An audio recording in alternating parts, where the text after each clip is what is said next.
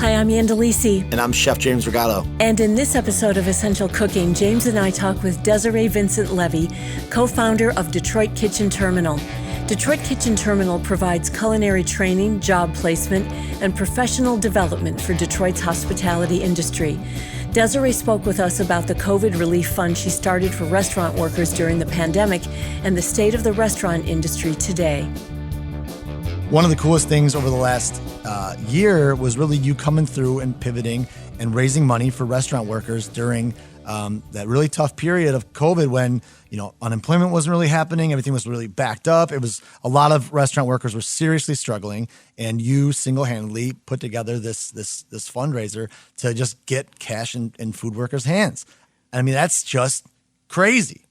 Yeah, you're making me blush. But yeah, you used the word pivot, and we did pivot. That's not, I would say, in Detroit Kitchen Terminal's intended mission, but it felt so urgent at the moment, and we had the resources to spare. So we started out a fund, and once we put it online, we had a overwhelming amount of support from people who donated to support it, but then also an overwhelming amount of people who applied. Yeah. And while I'm grateful that we were able to step up and help, some individuals that were impacted, we didn't meet the need of everyone just because it was so great. Yeah, well, you're filling holes that, the government should be, that's the pretty intense thing. And I think for you, knowing you so well, I think you kind of wanted to almost knock on the door, and then you saw how many people were there, and you're like, okay. And I'm sure it inspired future endeavors and things that you're working on now. I mean, I imagine just knowing you, I imagine that this inspired you for future activity. What is the Detroit Kitchen Terminal doing now? Yeah, so right now, as far as our physical space and opening up our doors to the community, that's still in holding because we need to just have a stronger grip on what's happening right now before we're comfortable moving forward. But right now, pretty soon here, we'll be launching a job board. So a lot of the contacts that came through of people applying for funding, we'll have a job board available so that we can kind of put every hospitality job that's hiring at the moment in one place and just has an ongoing thing. So people can find that information there. Great. And then, we have some future plans for things, nothing that should be talked about now. Yeah, right. But yeah, it's really based on us opening our community space, but we're just in holding with that. No, right yeah, now. for sure. But you currently have social media people can follow, right? Detroit Kitchen Terminal, or yeah. So we have a website, DetroitKitchenTerminal.org. You can go there. You can sign up for our mailing list to be the first to know about anything else that's happening. You can just kind of get an overview of what we'll be doing, high-level overview. And then also, yes, you can connect on social media. Wonderful. And the handles are all Detroit Kitchen Terminal. Okay. And because I know you definitely have the chef connection. You're good friends with my boy Anthony over at She Wolf. So you've done stuff obviously with him. You and I have done a lot in the past, but also kind of teeing up things for the future. So COVID obviously really messed things up for any kind of charitable organizations. And I'm just now starting to see people kind of get back to normal. I actually got a couple emails, soliciting restaurants for, funds, which is you're like, wow, okay, that, we're there again. That's kind of funny. I haven't seen one like that in a year. So it's, restaurants are still a little crazy right now, but it's exciting to see that events and kind of good impact are ramping up again. Cause for a minute there, it felt like, you think restaurants are hit hard, try being a charity or a fountain, try knocking on people's door and asking for money when everyone's in a panic of their own health.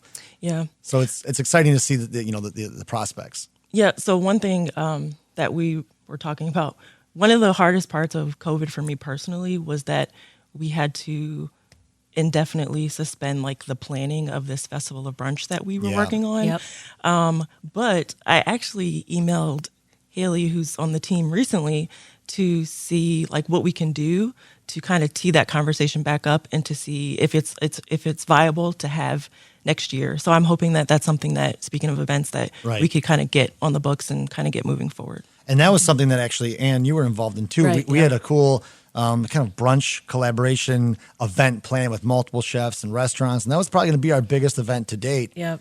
And we were like, we had a meeting. We were ready to go. Yeah, we were like, I feel like, you were about to send out some serious invites. And we were about to go hard on getting our sponsorships lined up, all of that. But the great thing is, so that we were having it to fund the scholarship program that James and I, along with my husband DeAndre, founded Regenerate Detroit. And the scholarship is in a really good place.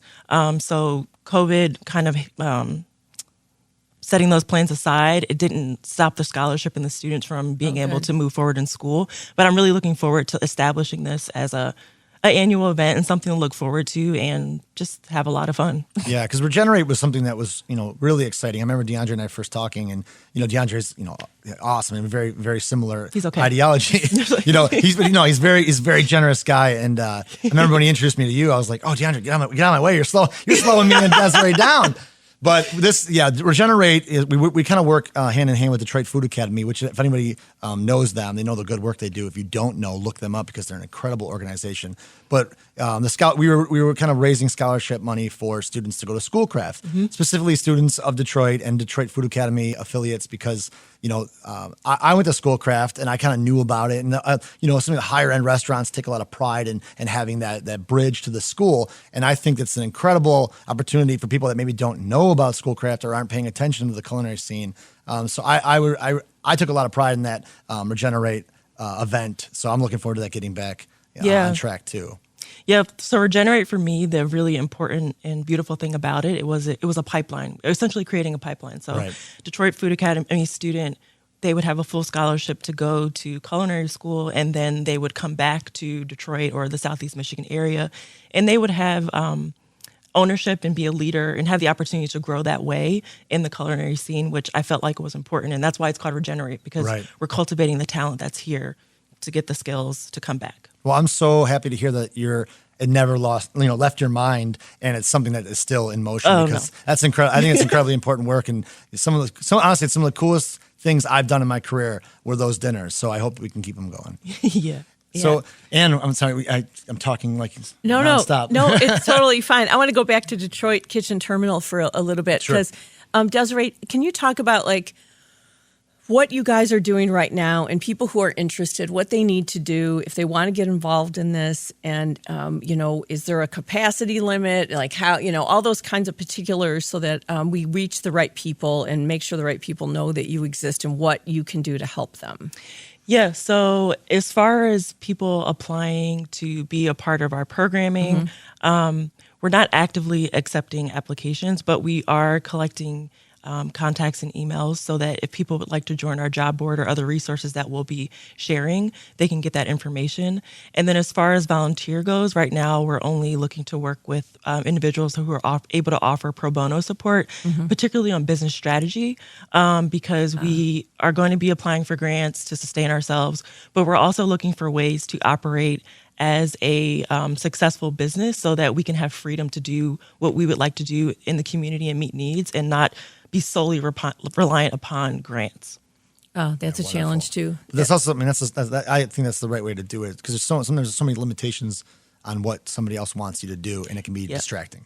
It can be distracting. It could cause the mission to drift. It could cause a whole bunch of things. So we just want to remain nimble and flexible, so that we can show up in the ways that we need to show up in the community. And that's why you're running for governor, and I'm backing you 100%. I'm not running for governor. Yet. You need to find a more appealing job for her. President, fine, we'll president. get her to run for something. But I appreciate the vote of confidence, but I don't ever see that being where I could be effective. Right, no, I'm just teasing. I love to be in community. Yeah, for sure. I appreciate you. Black perspectives haven't always been centered in the telling of America's story.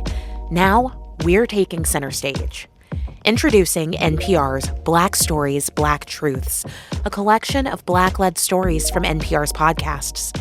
Search NPR Black Stories, Black Truths wherever you get your podcasts.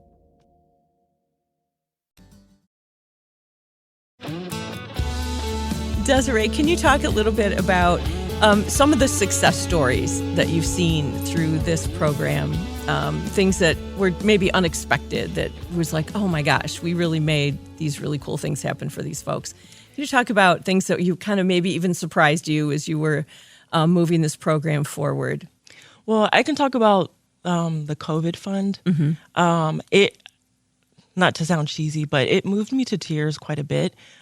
People who applied, and then, once they receive the Cash App or the PayPal or whatever, however they receive the money, responding and saying things like, I was on my last $50 or something like that. And to me, I don't know, I'm not going to be corny and cry right now, but it was just so moving, because sometimes I feel like we don't always know the depth of challenge that people are having. So being able to show up, it felt meaningful and it felt important. And I'm glad, even though it was small, that we were able to be, to stand with them. Mm-hmm.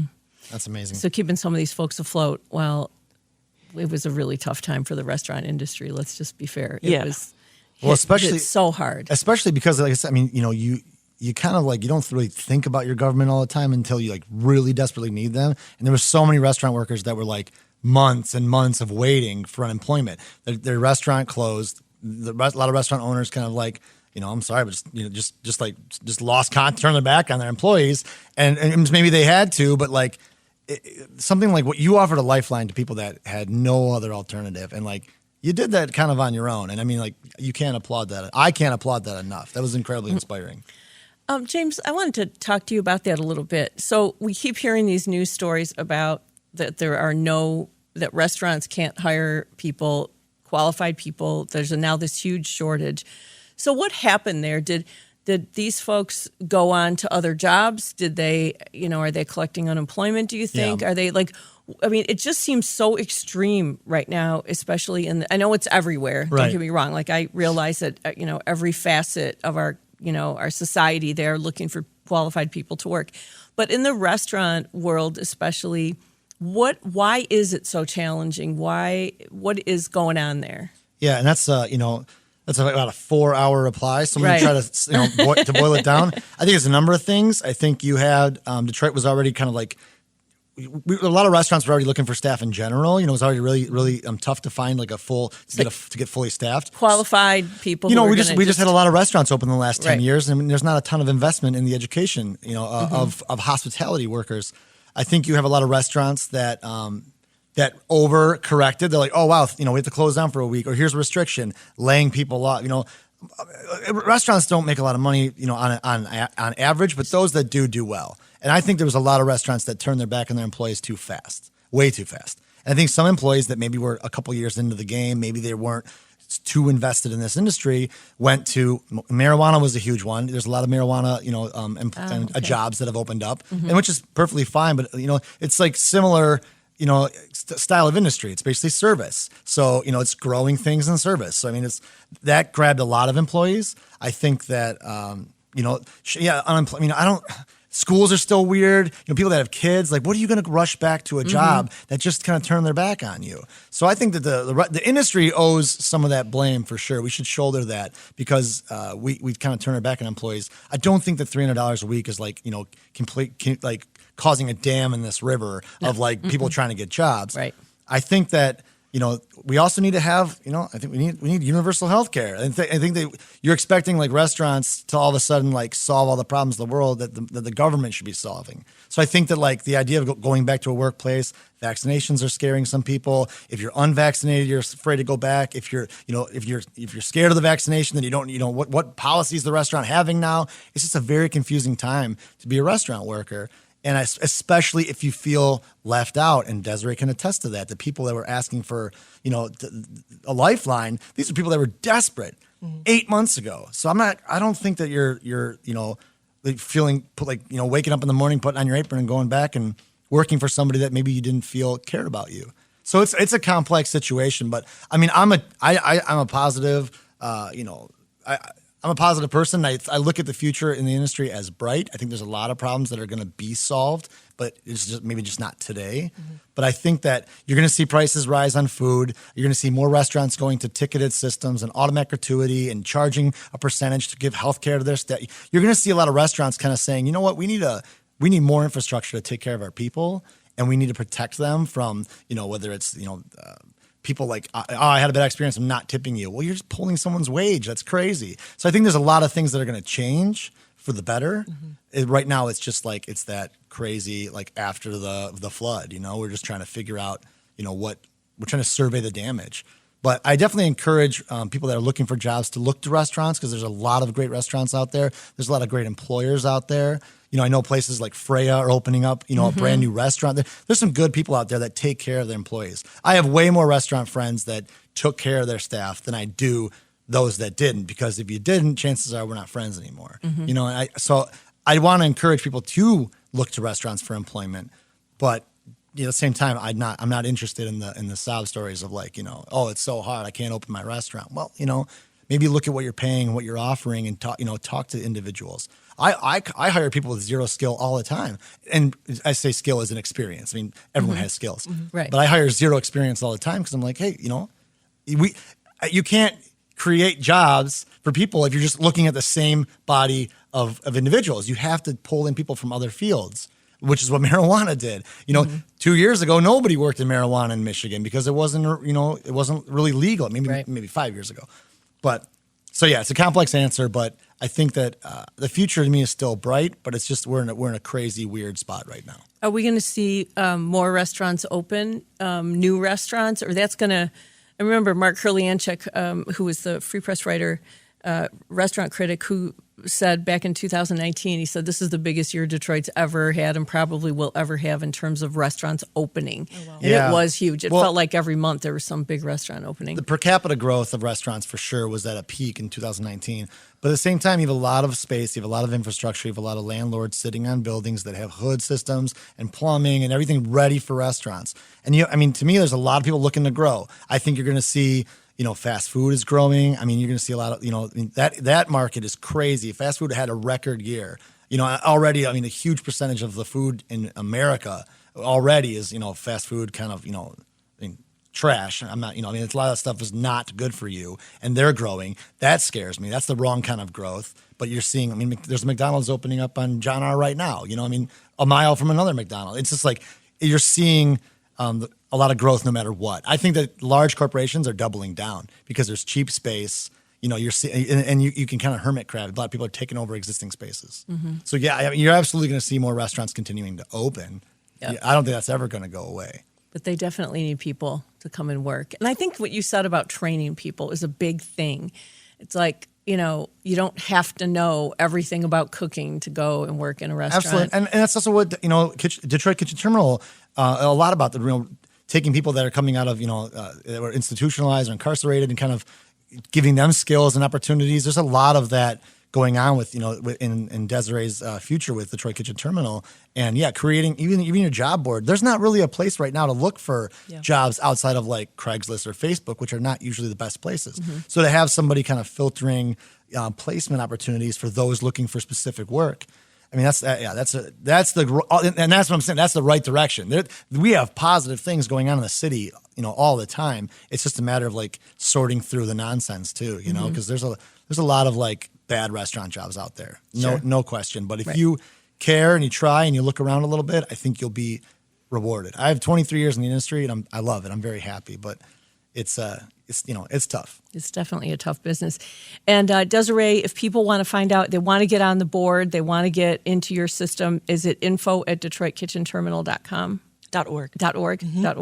And that's how you can go if you're interested in working in this business. If you are a former restaurant worker and you want to get back into it, you can help connect them. I will do that. You will. Our thanks to Desiré Vincent Levy for talking with us, to you for listening, and we would like to thank La Marca Prosecco for their support. From the hills of Veneto, Italy, you can never go wrong with Prosecco, whether it's in a spritz or drinking straight. We're going to take some time off from publishing to work on new episodes, and we'll return in the fall. Joan Isabella is our executive producer, with producer David Lyons and assistant producer Lisa Brancato, editing by Rowan Nemisto. Production support provided by Studios on the Pond, original music by the Mallet Brothers. This is a production of WDET, Detroit's NPR station.